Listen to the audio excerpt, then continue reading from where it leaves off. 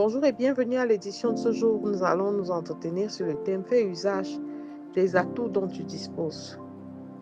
Et les passages que nous allons examiner sont dans la même lancée que ceux de la dernière fois, tirés du premier livre de Samuel au chapitre 17, versets 39 à 40 pour aujourd'hui. David ceignit l'épée de Saül par-dessus ses habits et voulut marcher, car il n'avait pas encore essayé. Mais il dit à Saül, je ne puis marcher avec cette armure. Je n'y suis pas habitué. Et il s'en débarrassa. Il prit en main son bâton, choisit dans le torrent 5 pierres polies, et les mit dans sa gibecière de berger et dans sa poche. Puis sa fronde à la main, il s'avança contre le Philistin. Voyez donc les techniques, ou la technique qui était propre à David. Le roi s'est dit, voilà un enfant qui va combattre, il faudrait qu'il s'habille comme les combattants ont l'habitude de s'habiller. Il lui a donné son épée, son armure qui était en fer, et j'imagine à cette époque avec de l'or et très lourd. C'était très pesant pour l'enfant David qui n'était pas un homme de guerre, qui n'était même pas habitué à porter ses atouts, ses attributs de guerrier. De la même manière, chacun de nous a sa façon de vivre ses combats, de résoudre ses problèmes, mais avec l'aide et l'onction du Saint-Esprit. Souvenez-vous, il disait encore au roi que l'Éternel l'a délivré des griffes du lion. Alors chacun a eu son expérience de délivrance.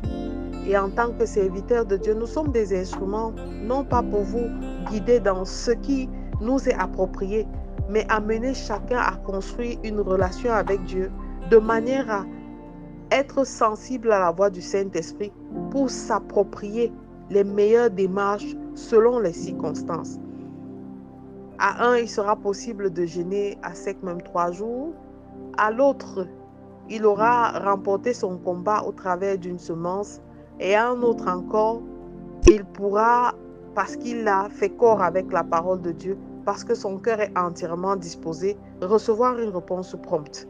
Certaines personnes peuvent jeûner, d'autres pas. C'est pour ça que nous encourageons à tous ceux qui se lanceront dans le jeûne que nous allons prendre pour la semaine prochaine, les 7 prochains jours, à réellement communier avec l'Esprit Saint, afin que l'Esprit Saint guide chacun dans ce qui est nécessaire et comment affronter la nouvelle année. La nouvelle année vient avec ses challenges, avec ses défis. Mais chacun doit comprendre qu'en lui, il dispose de quelque chose, que sa méthode n'est pas la méthode de Y. Vous avez peut-être des problèmes de santé. Il ne vous sera pas possible de jeûner comme celui qui n'en a pas. Il ne faudrait pas qu'au bout d'un certain moment, que les problèmes de tension commencent à se faire sentir et autres. Alors chacun a une méthode. La méthode de l'autre ne vous est pas nécessairement appropriée. Alors comme David, il a dû se décharger de l'armure parce qu'il n'y était pas habitué. Et il a pris le bâton qu'il avait l'habitude d'utiliser et choisi 5 pierres polies qu'il a mis dans la gibecière de berger, dans sa poche.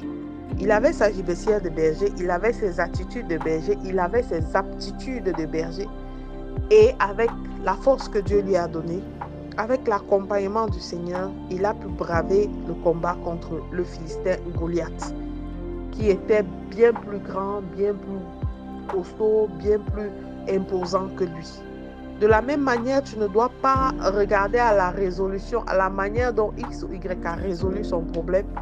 Nous avons la même source de résolution, c'est trouver l'appui sur l'Esprit de Dieu, sur l'Esprit Saint.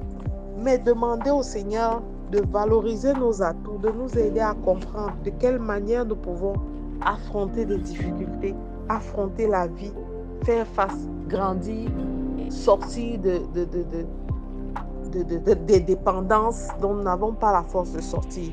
L'Esprit de Dieu te guidera selon ton besoin. Et si tu ne peux te laisser guider, nous sommes là pour t'accompagner et pour te montrer le chemin. Alors de la même manière, dans ce chemin, l'Église a une source, celle de la Grace Bible Church de Douala. Et comme vous voyez, nous sommes dans un hangar. Et nous souhaitons qu'avant la traversée, que le Seigneur pourvoie afin que les murs soient bâtis, que l'église soit entièrement fermée pour que nous ne soyons pas exposés aux problèmes de nuisance sonore afin de célébrer notre Seigneur dans toute sa gloire. Vous voyez, des agrégats, nous avons déjà acheté le matériel. Alors ne rate pas l'occasion, les travaux ont même déjà commencé, de participer à cette œuvre qui consiste à bâtir l'église de Christ. Tu as tous les atouts à ta disposition. Fais usage de tout ce dont tu disposes pour la gloire de ton Seigneur et de ton Sauveur. Et je te recommande de faire cette prière avec moi, Père éternel. Je te bénis encore parce que je sais que tu as mis en moi des dons et des talents que je n'exploite pas encore totalement. Donne-moi, Père, la possibilité de pouvoir les mettre en exergue afin de pouvoir combattre et utilement m'en servir pour que ton nom soit davantage glorifié au travers de ma délivrance. Au nom de Jésus-Christ, nous avons prié. Amen, amen, amen. Je suis la révérende Sonia Antoinette et vous trouverez au bas les numéros de téléphone du Père du ministère de professeur Bishop Benjamin Ampéa, numéro vers lequel vous pourrez faire tous vos dons. Que Dieu vous bénisse. Shalom.